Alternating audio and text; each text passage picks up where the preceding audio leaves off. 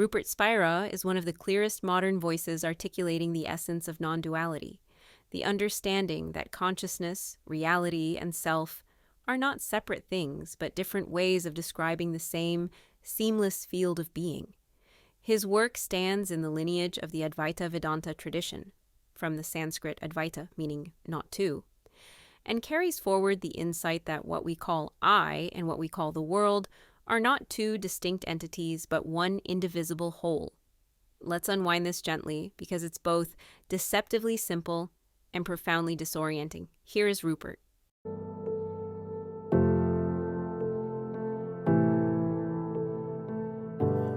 It's true. Before I started speaking about these matters, I was indeed a potter. Ceramicist sounds a little bit too grand for the activity. But yes, I used to make pots, mainly bowls, and I spent a ridiculous amount of time inscribing poems all over the surfaces of bowls. And my idea was to make the bowl larger and larger and finer, pushing the material to its limits. And then I would cover it, writing for days with a poem. And I had this idea about 18 months before I finally stopped making pots, long before I even thought that I would stop making pots. And the idea was this. One day I would like the bowl to become so fine and so open that the bowl itself vanishes and the bowl is just made out of the words that I write on it. And then I forgot that idea. And strangely, a couple of years later and now, that's exactly what I find myself doing. So,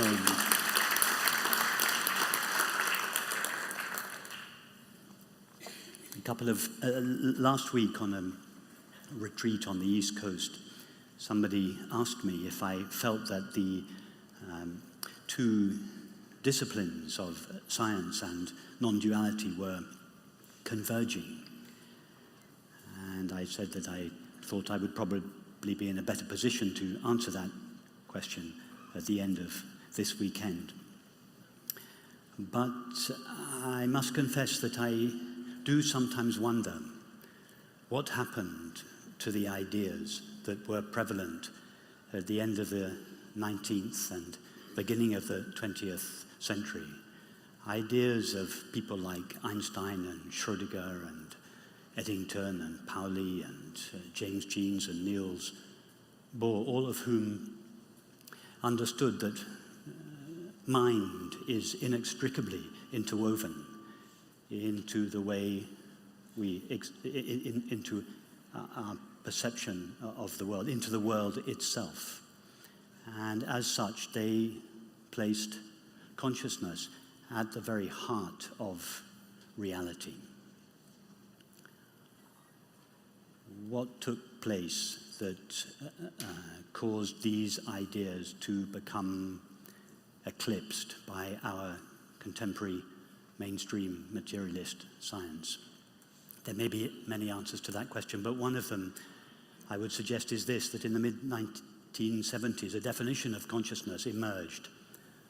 Thomas Nagel's definition, his erroneous definition of consciousness, which has since become the mainstream in academic circles and which was later substantiated in the ill-conceived hard problem of consciousness and now finds itself expressed in the idea of panpsychism. What was this definition of consciousness? Something like this, that an organism can be considered to be conscious or to have consciousness if there is something that it is like for that organism to be itself. Now, this seems at first sight to be a plausible definition of consciousness, but it is predicated on the erroneous idea that it is I, a human being, or I, a human body, that am conscious or have consciousness. And this is the original mistake upon which our entire world culture is founded. I, a human being or a human body, is not conscious, nor does it have consciousness. Only consciousness is conscious. Only awareness is aware. Only knowing knows.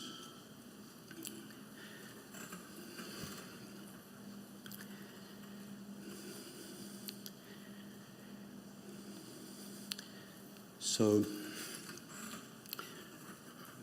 we could rephrase this definition of consciousness in a way that is in line with the evidence of our experience, namely that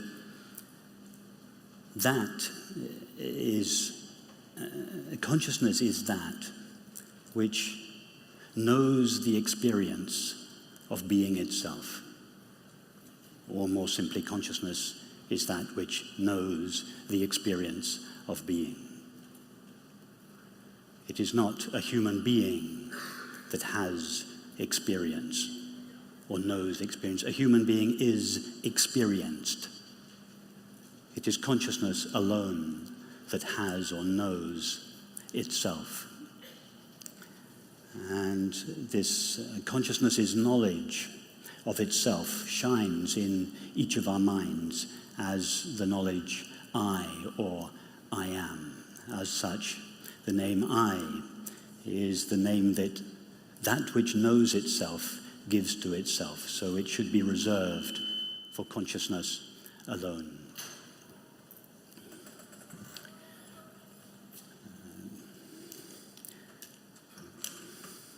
Prior to the arising, before the knowledge I or I am is colored or qualified by experience, this pure I am, pure consciousness is without limitation and thus infinite.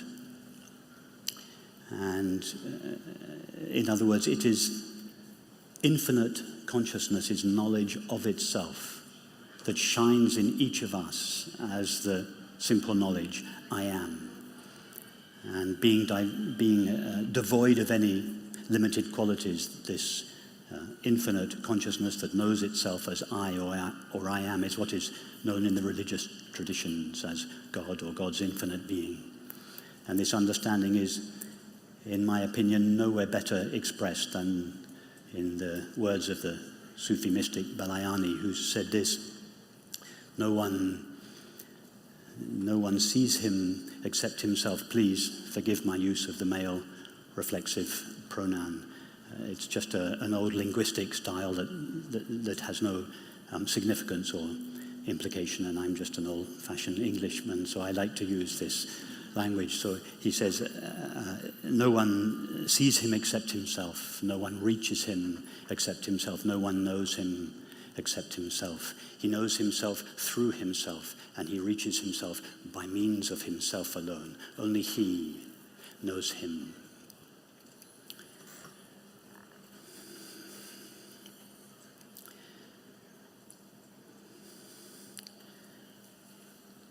As such, I is the name that whatever it is that knows itself gives to itself. Human beings are not aware, dogs are not aware, bats are not aware, computers are not aware and never will be aware, stones and trees are not aware. All that is aware is consciousness. Once it is believed that consciousness is a property of a human being, it is only a matter of time before it is believed that dogs and bats and computers and stones have a modicum of consciousness, giving rise to the belief I mentioned earlier in panpsychism. But panpsychism is a cul-de-sac from which scientists and philosophers will sooner or later have to return. Unless and until scientists are willing to investigate the nature of their own minds, they will never know the nature of reality. And without knowing the nature of reality, science cannot ultimately contribute to a truly civilized and humane society. Bereft of such knowledge, the prevailing materialist paradigm, for all its undeniable benefits to society, contains within it the destruction of the society, the seeds of the destruction of the society whose role it is to serve. The growing despair felt by people, the conflicts that rage between communities and nations, and the destruction of our planet are all the inevitable consequences of the prevailing materialistic paradigm that informs almost every aspect of our culture. How is it possible for a scientist or indeed anyone to know the nature of reality? Everything that is known by the mind, through the mind. Therefore, the mind's knowledge of anything will always appear in accordance with its knowledge of itself, just as one who wears orange-tinted glasses will always see orange-colored snow. And just as the one who wears orange-tinted glasses forgets that he is doing so and imagines that the orange color is the property of the snow itself, likewise, each of our minds forgets that it is perceiving reality through the filter of its own limitations and imagines that the limitations of itself, our mind, is inherent in reality itself. How do we know that anything that is known or perceived by the mind is not simply a reification or an objectivization of the limitations of the mind through which it is known? In fact, we can be absolutely certain that it is. As such, there can be no higher endeavor nor any greater knowledge than to know the nature of the mind through which all knowledge and experience are known. How does the mind investigate its own essential nature?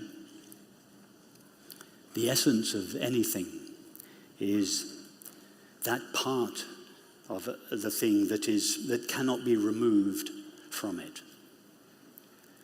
If the mind removes from itself, or even imagines removing from itself, everything that is not essential to it, thoughts, images, feelings, sensations, perceptions, etc., what remains is its essence, that element of itself that can never be separated from it.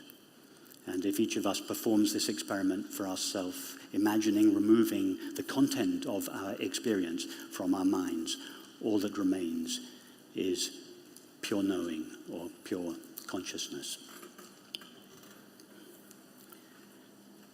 Being devoid of any of the limitations of experience, this consciousness is unlimited or infinite.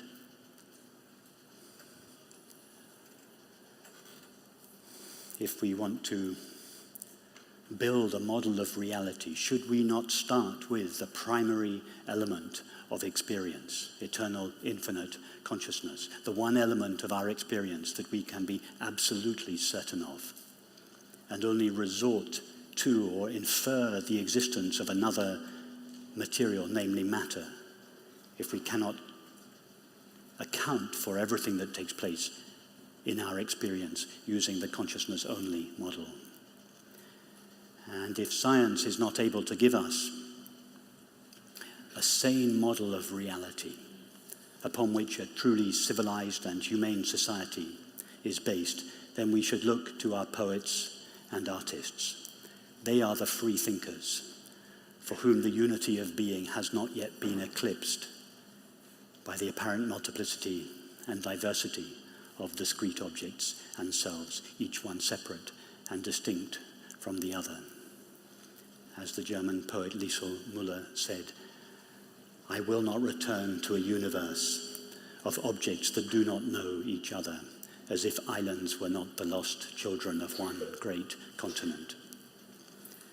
The great artists and poets are those whose minds are free enough and humble enough not to mistake the limitations of their own mind for reality, but who realize that what we see is but a symbol of reality.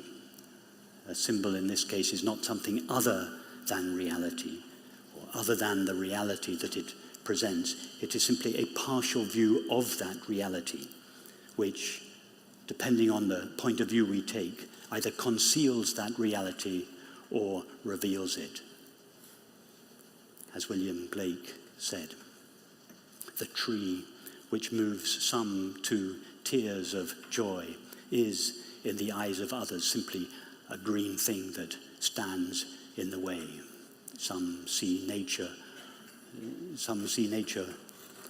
all ridicule and deformity. Some scarce see nature at all. But for the person of imagination, nature is imagination itself. So we might ask the question, what is the nature of the intelligence that has this as its appearance, this as its imagination?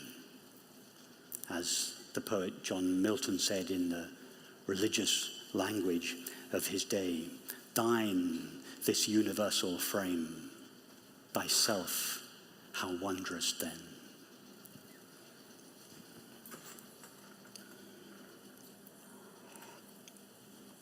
Consider the possibility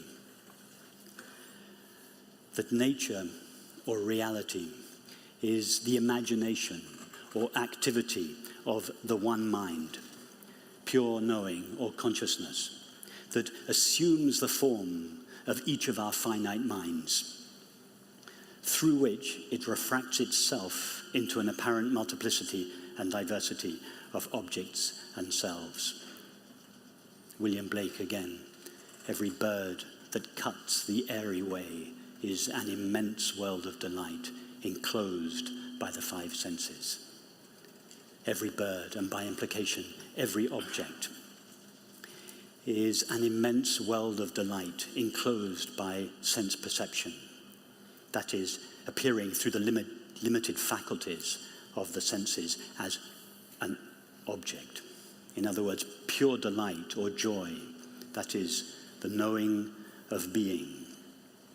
Consciousness is knowledge of itself, refracts itself through the activities of thought and perception, and appears to itself as a multiplicity and diversity of objects and selves without ever becoming anything other than itself.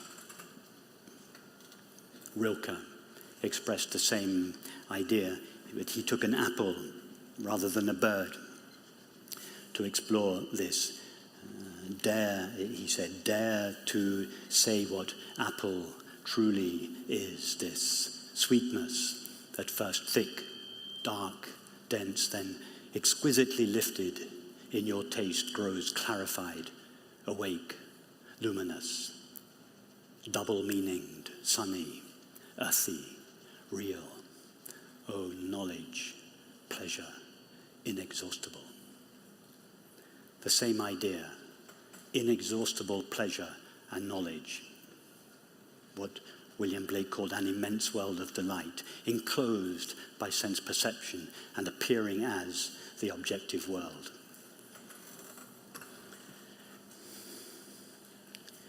In other words, our senses lie to us about the nature of reality, and yet contained within that lie is the truth.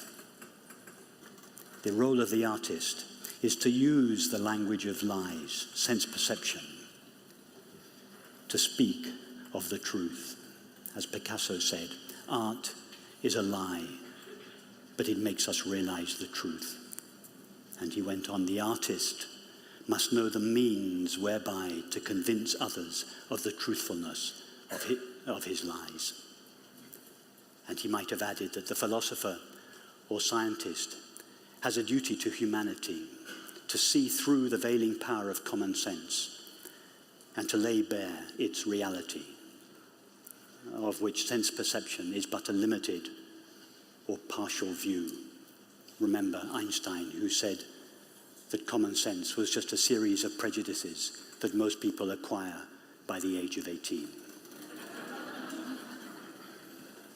It is to this same understanding that the Sufi mystic Hafiz alluded to when he said, the world is all imagination, and yet it is real. Remember, an illusion is not something that is not real, an illusion that something that is real, but is not what it appears to be. All these artists and writers are all representatives of the great tantric tradition in Western culture. They realized that the mind filters reality and renders it according to its own limitations. As such, mind is the activity of consciousness through which consciousness refracts itself into an apparent multiplicity and diversity of objects and selves. Thought refracts reality and makes it appear as time. Perception refracts reality and makes it appear as space. As such, time and space are simply how eternal, infinite consciousness appears when filtered through the limitations of a human mind. They are the illusion whose reality is consciousness. A different kind of mind would perceive reality as a different kind of universe, depending on its limitations. But it would still be perceiving the same reality. The only reality there is infinite consciousness, or in religious language, God's infinite, self-aware being.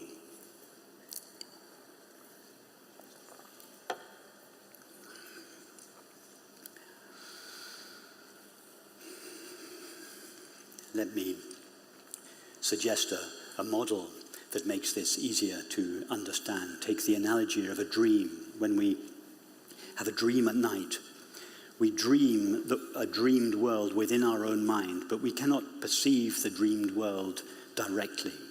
In order to perceive the dreamed world, we have to overlook the nature of our own mind and enter into our own dream as a separate subject of experience, from whose perspective the activity of our own mind appears as an outside world. Consider that each of us are dreams in the mind of God, or the mind of infinite consciousness.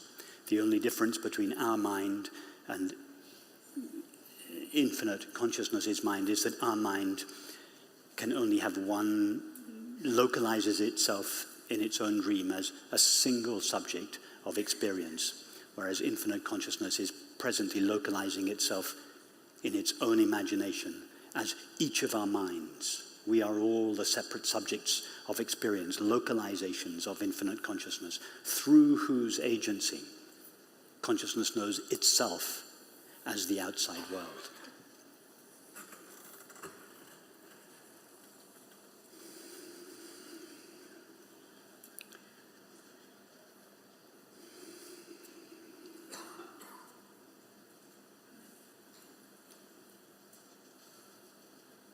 In other words, consider the possibility that just as the dreamed world is what our imagination looks like when viewed from a separate subject of experience within the dream, consider that the world that we perceive is the imagination or activity of consciousness, which only appears as a multiplicity and diversity of objects themselves from our limited, localized perspectives.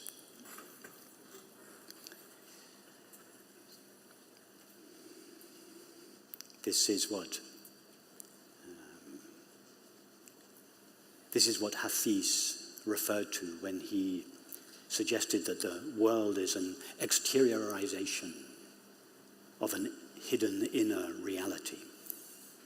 It's what David Bohm said, that reality and its appearance as the world are the implicate and explicate order of the same infinite, indivisible whole.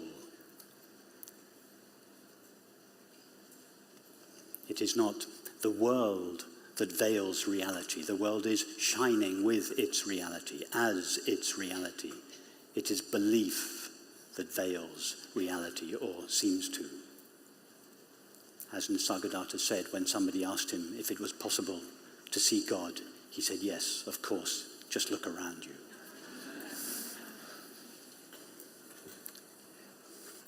This collapse of infinite consciousness into the finite mind in order to manifest its infinite potential is what Ramana Maharshi referred to when he said, the I thought is the mother of the world. He didn't mean, of course, literally that the thought I creates the world. Animals and infants experience the world, but they don't have the thought I. What he meant was this localization of infinite consciousness in the form of the finite mind is the means by which infinite consciousness manifests its potential in form. Exactly the same understanding is expressed in the tantric traditions, which says that the universe is an expansion of I. Prior to the limiting of itself as the finite mind, infinite consciousness has no dimensions. It is only when this dimensionless presence of consciousness, vibrating, so to speak, within itself, assumes limitations and seems to become a finite mind, that the world or the universe expands within itself.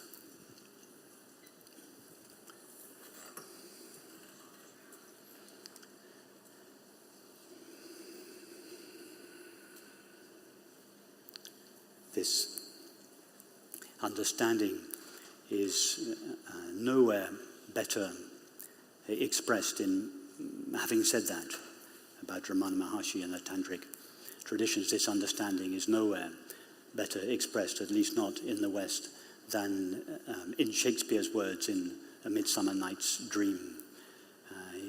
He says this: as imagination bodies forth the forms of things unknown, a poet's pen turns to shape them and gives to airy nothing a local habitation and a name. And as imagination bodies forth the forms of things unknown, a poet's pen turns to shape them and gives to airy nothing a local habitation and a name. Reality is not unknown or mysterious. It is the world. It is shining as the world. It is the world as it is normally conceived that is mysterious. So mysterious, in fact, that no one has ever found it or will ever find it. What we see as the world is the activity of God's mind, the activity of God's imagination, the activity of infinite consciousness, the activity of the essence of our own mind. It only appears as a universe in time and space from the perspective of a localized mind.